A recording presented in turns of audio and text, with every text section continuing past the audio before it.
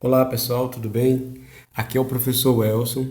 Nossa disciplina de hoje é Pesquisa em Educação. Será uma aula de 30 a 40 minutos. Vocês receberão também o material da disciplina e a avaliação. Essa avaliação vocês vão conseguir responder assistindo a videoaula e também fazendo a leitura do material. Mas essas duas coisas vocês vão conseguir fazer uma complementando a outra, tá bom? Então, vamos lá para a nossa aula. Então, pesquisa em educação. Nós vamos ver os fundamentos da pesquisa em educação. Então, nós vamos ver esses tópicos aqui: ciência, teoria, investigação, verdade, a pesquisa com o graduando e a pedagogia. Então, nós vamos trabalhar todos esses tópicos voltados para a pesquisa em educação. Então, o que é basicamente a pesquisa? É a busca pela verdade científica. Então, o que nós vamos ver é como a ciência usa as teorias que dispõe através da investigação para encontrar a verdade científica. Então, é basicamente isso.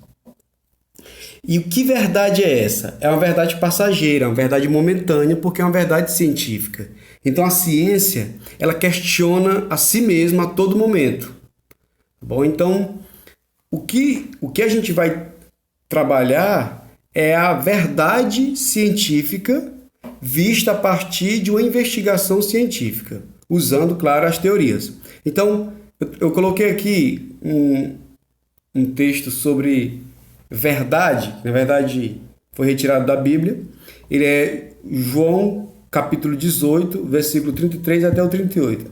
O que nos interessa aqui é do metade do versículo 37. Diz assim, ó, é um interrogatório de Jesus pelo Pôncio Pilatos, pelo prefeito, governador, que também respondia por juiz, delegado, respondia por tudo lá. Então, ele fala, Jesus diz, eu para isso nasci, e para isso vim ao mundo, a fim de dar testemunho da verdade. Todo aquele que é da verdade ouve a minha voz.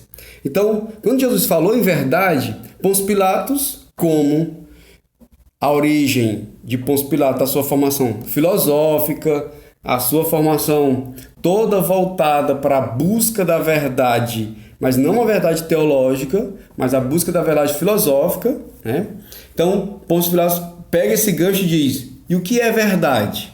E isso não é respondido, essa pergunta não é respondida. Alguns teólogos dizem que não havia necessidade de responder, já que Jesus estava falando de uma verdade e Pilatos de outra. Outros dizem, não, mas isso foi respondido durante a vida de Jesus e tudo mais. Então, mas o que é que nos interessa? Exatamente isso. É que Jesus falava de uma verdade, que é a verdade teológica, e Pilatos falava de outra verdade, que pode ser encarada como uma verdade filosófica. Então, que é essa busca da verdade. Se Jesus fosse responder, com certeza ele diria, eu sou a verdade, que ele já tinha dito na parte anterior. Mas por que eu citei isso? É para que a gente entenda que existem várias verdades. Bom, então, vamos começar trabalhando ciência e teoria, porque as duas, nesse caso aqui, são antagônicas. Por que antagônicas? Porque a teoria ela é fruto de uma prática, depois ela vira teoria, ao contrário do que as pessoas imaginam. As pessoas pensam que a teoria vem antes e a prática depois. Não, a teoria ela é fruto de uma prática, que foi feita uma pesquisa em cima de determinado ponto e aquilo resultou em uma teoria. A teoria depois ela vai fundamentar outras práticas, tá bom? Então em ciência a gente pode separar as duas, porque ciência é prática, é um trabalho, é um ofício. Por quê? Porque existe uma maneira, um modo, um jeito, um meio, uma forma de fazer ciência. Então, se existe um meio, um jeito, ciência é trabalho, ciência é prática, ciência é ofício. Como o autor cita aqui, ó, essa última palavra que ele cita, que ele faz a citação, que é o Bourdieu, que ele faz, é seu métier. O que é isso? Seu ofício, seu trabalho. Então, segundo esse autor, A ciência tem um hábito científico, tem um modus operandi científico, é um trabalho. Então, é um labor. Daí vem o nome laboratório, que vem de labor. Labor significa trabalho. Labor vem a origem de labor é de sofrimento. Então, é um trabalho, é sofrimento. Então, para fazer ciência, por exemplo, nós vemos, quando a gente imagina ciência, a gente imagina um laboratório, onde os cientistas estão ali trabalhando. Estão num laboratório, que é de labor, estão trabalhando. Então, ciência é um trabalho, é um ofício. Então, por que eu estou insistindo nisso? Porque é para a gente entender que ciência não é algo contemplativo, não é algo reflexivo. Não, ciência é prática. Um exemplo para nós pedagogos é quando eu vou pesquisar, se eu não sair de casa, eu vou à internet, eu vou em livros, vou em bibliotecas. Então, eu sempre vou em algum lugar. É trabalho, é labor. Se eu saio de casa, eu vou entrevistar alguém, eu vou observar algum ambiente, eu vou colher informações. Isso é trabalho, tá bom? Então, esse ponto aí nós estamos tranquilos. Ciência é trabalho, diferente de teoria, que fundamenta esse trabalho também. Ok? Em ciência, o autor do material de vocês, ele cita alguns termos que não é do costume de alguns graduandos. Mas eu vou explicar aqui para vocês, que é basicamente escrever, ele usa o termo recontextualização, que é basicamente o escrever em ciência. É como que eu vou escrever em ciência. Então, eu traduzi dessa forma. Recontextualização é alinhavar as ideias apresentadas sobre um determinado assunto, apropriando-se delas para atingir seus leitores. Então, apropriando-se delas. Então, toda vez que o senhor se apropria de várias ideias trabalhadas em um determinado texto e apresenta aquilo para o seu público, você está fazendo uma recontextualização. E mais, essa necessidade de mobilizar um auditório, que o auditório nesse caso é o teu público, seja ele leitor ou ouvinte, que é o que explica o processo que chamam de recontextualização. É o remanejamento de ideias de um ou mais autores na composição de um escrito que veicula uma tese. Então, eu vou escrever para os meus leitores a partir de autores que eu vi sobre um determinado tema. Eu busco nesses autores uma fundamentação teórica sobre determinado tema e a partir daí eu crio uma linguagem minha, eu organizo esse material e repasso para os meus leitores. O objetivo dessa recontextualização, então o que seria recontextualizar? É apropriar-se, reordenando e muitas vezes ressignificando concepções de outros, né? Com qual objetivo, professor? Para atingir os leitores.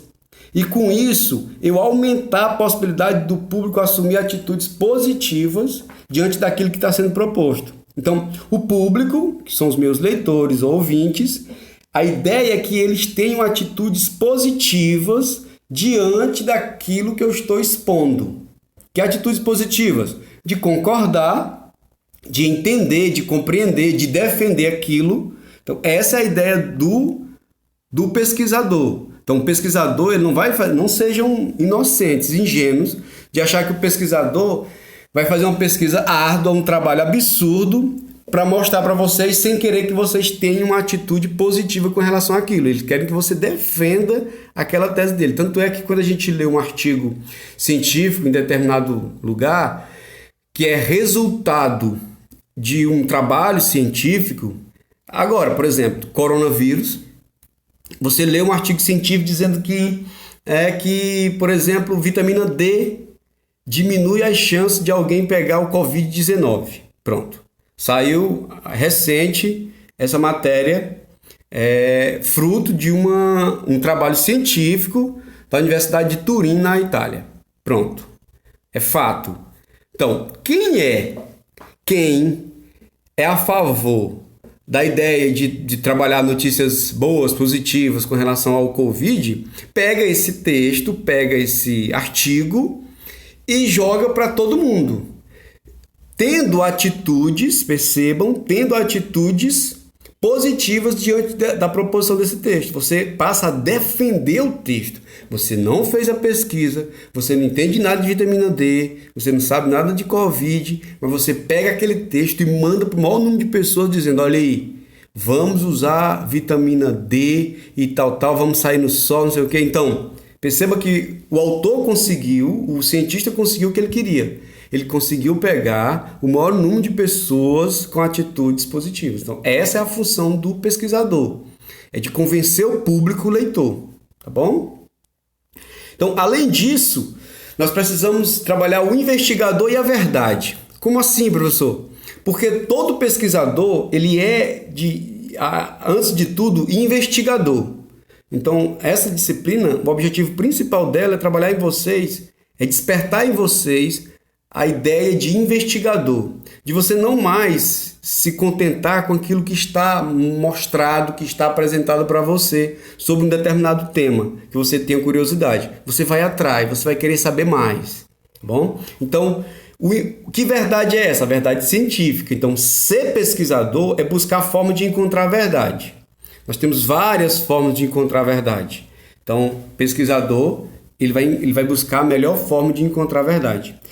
É colher provas para os fatos defendidos, mas antes de tudo observar, duvidar, querer saber, procurar indícios reveladores, tá bom? Então, o autor do texto de vocês, ele até cita, na página 11 do material de vocês, se vocês puderem notar, ele cita a ideia do caçador, né? Ele diz que o caçador, em busca da sua presa, ele fica escutando, ele até ele baixa a cabeça e fica escutando a presa, né? Buscando como é que a presa está chegando, de onde que ela está chegando. Então ele compara o investigador, o pesquisador ao caçador. Ele também faz a comparação com o médico, né? O médico tentando fazer o diagnóstico do paciente, buscando os sintomas, né? Investigando os sintomas. A gente pode também comparar com o investigador policial. O policial investigando um crime e ele procura indícios que levam à autoria do crime. E nessa busca dele, ele é um pesquisador. O grande problema nisso tudo é que nós temos as ilusões. Como assim, professor? É porque a verdade científica ela é uma verdade que aceita que alguém duvide dela. A própria ciência duvida da verdade científica a todo momento para que aprimore. Nós tivemos verdades que caíram por terra, por exemplo, Galileu Galilei dizendo que o Sol era no centro do universo e que a igreja defendia o contrário, morreu gente, várias pessoas foram presas e descobriu-se que era verdade, o sistema solar era o centro do universo, mas descobriu hoje que o Sol não fica mais no centro do universo e que nós somos um universo no meio de vários outros ao redor. Então, são verdades que vão caindo por terra através de descobertas científicas, né? Então, qual o perigo dessa ilusão? É porque nós buscamos a verdade através da linguagem. Então, não foi Deus que criou essa linguagem para nós. Claro, quem acredita no criacionismo entende que Deus criou o homem.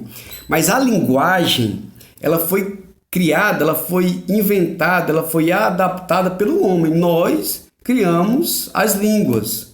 Nós vamos falando e vamos criando outras línguas.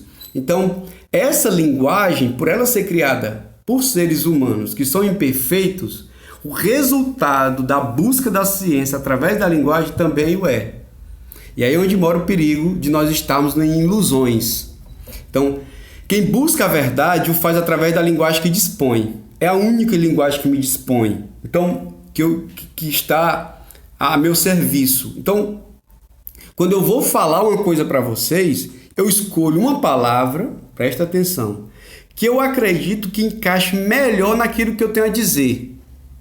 Entendeu? Então, ao fazer isso, eu estou escolhendo a linguagem que eu estou falando com vocês. E essa linguagem, por ser uma escolha minha, que sou subjetivo, que sou um sujeito, eu posso estar induzindo você a acreditar numa ilusão e não numa verdade. Olha o perigo. Entendeu? Então, a busca da verdade, ela também é ilusória. O homem aprende, ensina, pesquisa usando códigos que representam milhares de anos de evolução histórica. Então, vários anos. Então, para vocês terem uma ideia, depois vocês podem procurar, o termo cristão deu origem ao termo cretino. Presta atenção. Cristão não significa cretino, mas cretino vem de Cristim, que era cristão na Idade Média. Então, depois vocês busquem a origem dessa palavra na internet, que vocês vão encontrar a história inteira, que eu não tenho tempo para contar agora, mas era sobre o povo cristão que morava nos Alpes suíços, que também eram baixinhos, e eram chamados de cristim, que depois virou cretino.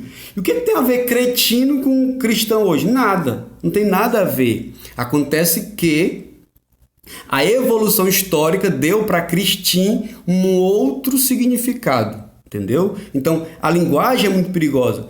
O próprio Nietzsche, num livro acerca da verdade e da mentira, ele fala sobre isso, né? Então, o Nietzsche diz assim, ó, a pretensão do homem em conhecer a verdade, além de ser efêmera, é também ilusória, pois tem suas raízes na regularidade da linguagem.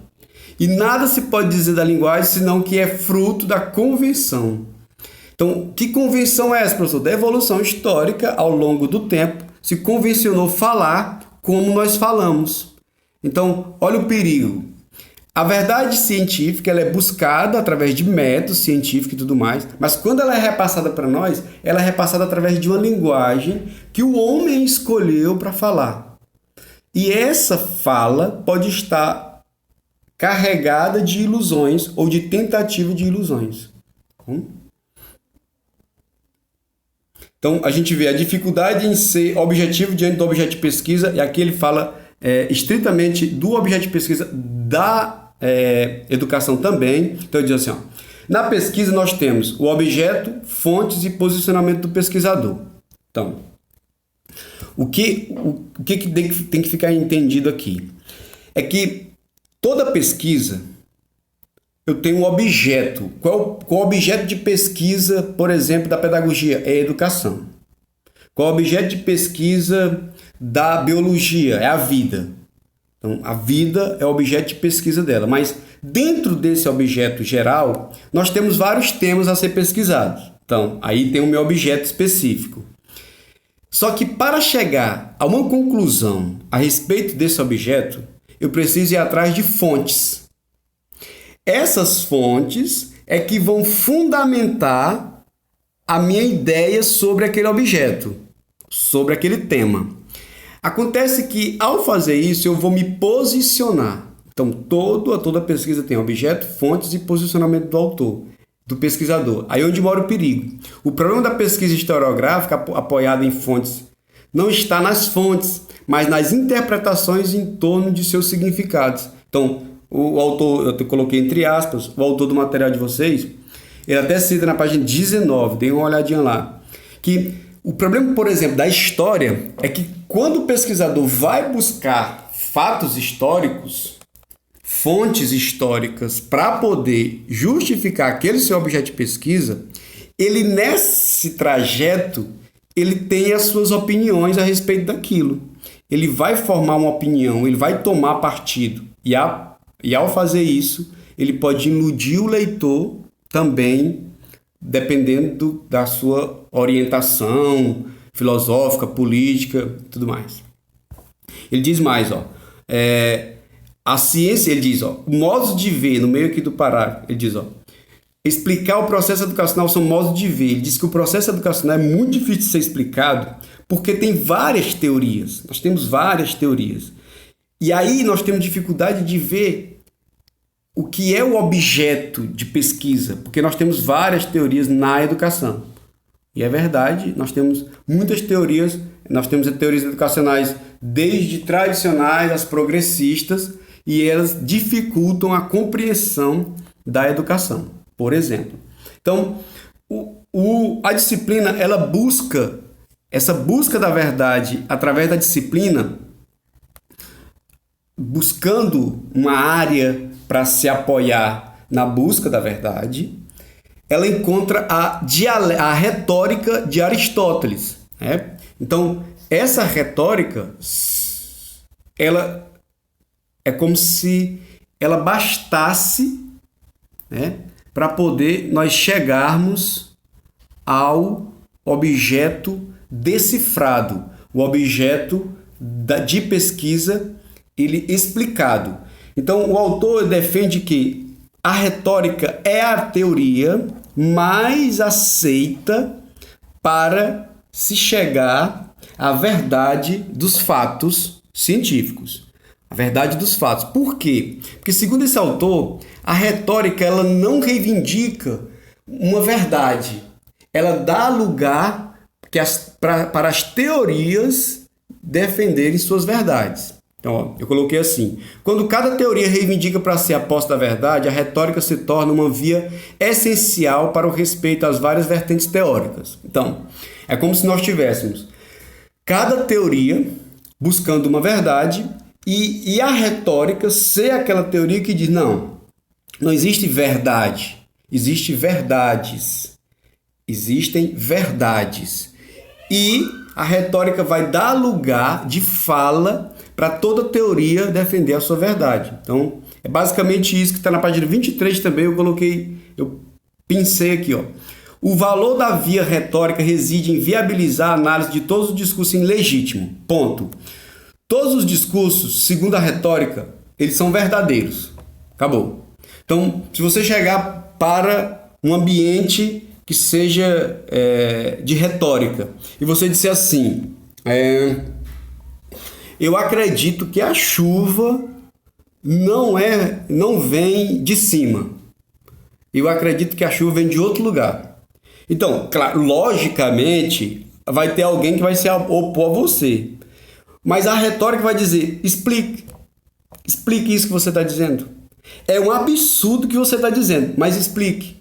Ela vai tratar como legítimo, ela vai te dar lugar de fala para que você defenda aquele absurdo que você está defendendo. Tá bom? Então, a abordagem retórica oferece critérios que não se confundem em nenhum dos conflitos das teorias conflitantes. As vê todas como portadoras de verdade, passíveis de ser investigadas quanto à sua efetividade, por meio dos argumentos que veiculam. Então, argumento, ele vem de argum, que significa prata, aquilo que brilha. Então, o argumento de um texto é o brilho do texto. O argumento de uma fala é o brilho da fala. Você falou um monte de bobagem e não usou argumento, só foi bobagem.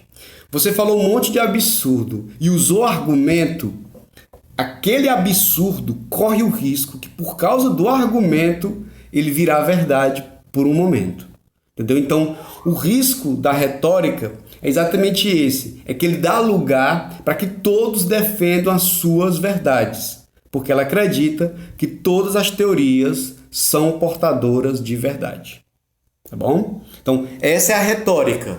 Essa é a ideia que o autor entende, que eu também concordo, que seja a melhor forma de você buscar a verdade. E o Aristóteles, como a retórica é de Aristóteles, ele dividiu em 3 pontos a retórica: patos, ethos e logos. A gente vai ver cada um deles aqui, eu vou explicar para vocês. Patos significa sofrimento. Então, patos significa sofrimento, experiência. Então, patos está associado à emoção, refere-se ao apelo ao lado emocional do público-alvo. Então, é quando o autor está defendendo uma tese, seja escrita ou falada, e ele toca na emoção, ele toca no emocional do público. Então, na retórica de Aristóteles, isso se traduz na habilidade do orador ou escritor de provocar emoções e sentimentos no seu público. Essa provocação de emoções e sentimentos faz com que o público tome partido para aquele discurso. Tá bom? Então, vai lá que um político está discursando, está aqui num debate, e ele começa a falar, olha, eu me lembro a época em que eu trabalhava de roça. Então, naquele momento ali, aquelas pessoas, se ele for sincero no que ele está falando, aquelas pessoas começam a buscar naquele orador a emoção. E se elas encontrarem, elas vão se sentir emocionadas também. Então, o orador pode citar um caso de um parente seu que morreu de uma determinada doença por falta de assistência médica, hospitalar, tá entendendo? Então ele pode buscar atingir o público através da emoção. Isso Aristóteles falou que é a parte do patos.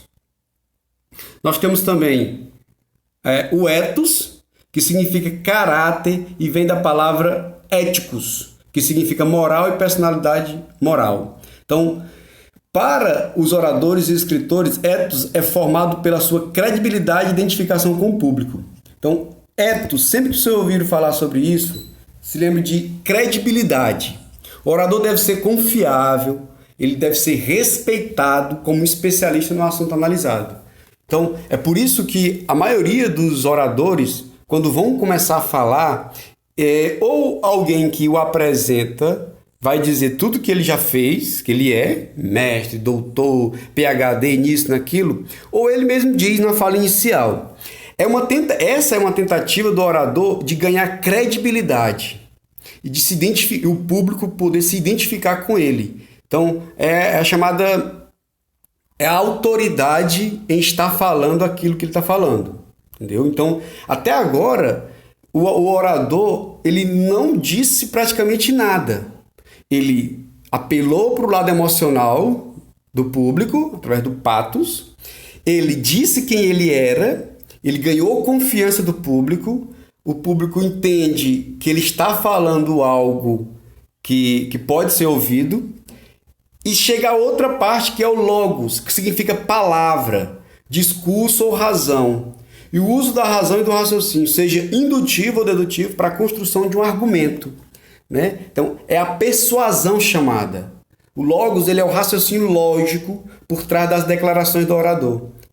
O logos se refere a qualquer tentativa de apelar ao intelecto, a argumentos lógicos. Então, eu tenho no orador a parte emocional, que ele tenta pegar o público através da emoção.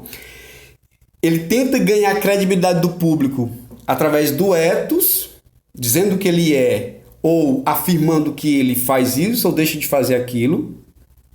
E ele usa um raciocínio lógico, ou seja, ao explicar um objeto, ele usa a lógica, ele usa o efeito, a causa e o efeito daquilo. Então ele explica bem para os leitores quais são as causas, quais são os efeitos de determinado problema social, político, econômico, seja o que ele esteja falando. Entendeu? Então, ao fazer isso, ele busca o intelecto das pessoas. Então, é onde ele vai usar números, ele vai usar estatística, ele vai tentar buscar no leitor ou no público qualquer forma do público ficar do seu lado.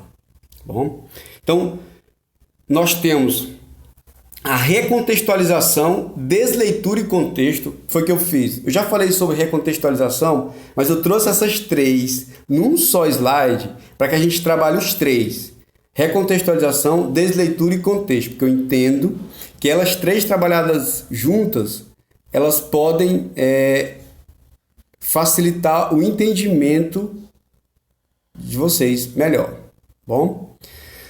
Então, o que é recontextualização? Eu busquei isso aqui no próprio texto. Aqui já descrito como o processo em que um autor, ao apropriar-se das ideias de outro, as reordena e ressignifica em benefício das teses que pretende difundir. Então, é o conceito de recontextualização que já foi discutido. Então, é quando eu me aproprio da ideia de outros autores, reordeno isso, ressignifico e defendo, para poder ganhar o público. Quem é o desleitor? O desleitor sempre se pergunta se está vendo bem, não confie no primeiro olhar. Então, ler é você olhar e acreditar naquilo que você está olhando. Desler é mais profundo. Desleitura é uma leitura que desconsidera, desler, parte significativa do texto, ocasionando uma versão parcial de seus propósitos. Então, desler é duvidar daquilo que você lê. Desleitor é aquele que duvida do que está vendo. Por fim, não se pode deixar de observar como cada contexto de apropriação se aproxima ou se distancia do contexto original em que o filósofo escreveu, do que se inclui o auditório por ele privilegiado, seja no campo filosófico, científico ou outro campo. Tudo isso acontece em um determinado contexto. Se estamos falando de educação, no contexto educacional. Se estamos falando de política, no contexto político, por aí vai. Tá bom? Então, esse material de vocês, ele vai servir para que vocês respondam a avaliação, que se não me engano são 5 questões, e junto com essa aula que eu estou trabalhando com vocês. Então, para finalizar a aula, nós vamos entender agora o que a pesquisa tem a ver com pedagogia. Né? Então, nós vamos pesquisa educacional, mas o que isso tem a ver com o curso de vocês? Uma pesquisa é um processo de construção de um conhecimento ou de um saber com 2 objetivos. Toda pesquisa ela tem 2 objetivos, que são esses: gerar novos conhecimentos, confirmar ou desconstruir um conceito já existente. Então, toda vez que alguém está pesquisando, ou ele está querendo gerar novos conhecimentos, ou ele está querendo confirmar ou desconstruir um conceito que já existe, para poder gerar novo conhecimento. Como fator resultante de uma pesquisa, nós temos um rico processo de aprendizagem, que ocorre numa via de mão dupla. Então, toda pesquisa ela traz benefícios tanto para quem desenvolve e aplica a pesquisa, como para a sociedade, grupo ou comunidade pesquisada. Então, quando você faz uma pesquisa, você, claro, tem resultados pessoais, você ou sua instituição que pesquisou, mas a sociedade que está sendo pesquisada também se beneficia dos resultados dali. Então, por exemplo, citando de novo aqui o assunto do momento, que é o Covid-19, então nós temos hoje vários pesquisadores do mundo inteiro tentando encontrar. Esse pesquisador vai ser premiado para o resto da vida, que encontrar essa instituição, essa universidade, todos eles serão contemplados, mas a humanidade também será contemplada com sua vida, né? Então, é bom que a gente entenda nesse momento o que eu estou querendo dizer aqui. Nós temos, a pesquisa pode construir o conhecimento científico, isso porque ela favorece a ruptura do senso comum e gera um novo conhecimento com base em fundamentos teóricos relevantes, construído com base em metodologia adequada. Então, nós temos, citando agora novamente também, nós temos várias pessoas do senso comum dizendo que tem que fazer isso, tem que tomar chá daquilo, tem que tomar aquilo, outro. Então, nós temos agora um coquetel sendo montado e alguns cientistas discordam desse coquetel, outros concordam, dizem que precisa fazer mais teste para que isso aconteça. Então, isso é através de uma metodologia que vai separar o senso comum, que é o que nós sabemos, do senso comum, do conhecimento científico. Esse conhecimento científico é transmitido de forma lógica, racional, através de processos formais de aprendizagem. Como uma aula, por exemplo, busca explicar o porquê e como os fenômenos ocorrem para evidenciar fatos correlacionados em uma visão mais globalizante e do que a relacionada com um simples fato. Então, toda vez que eu tento encontrar uma solução para um determinado problema científico, eu vou em busca de relacionar esse fato com algo mais global, nunca com algo especificamente. E por último, nós temos as funções e as condições da pesquisa. Então,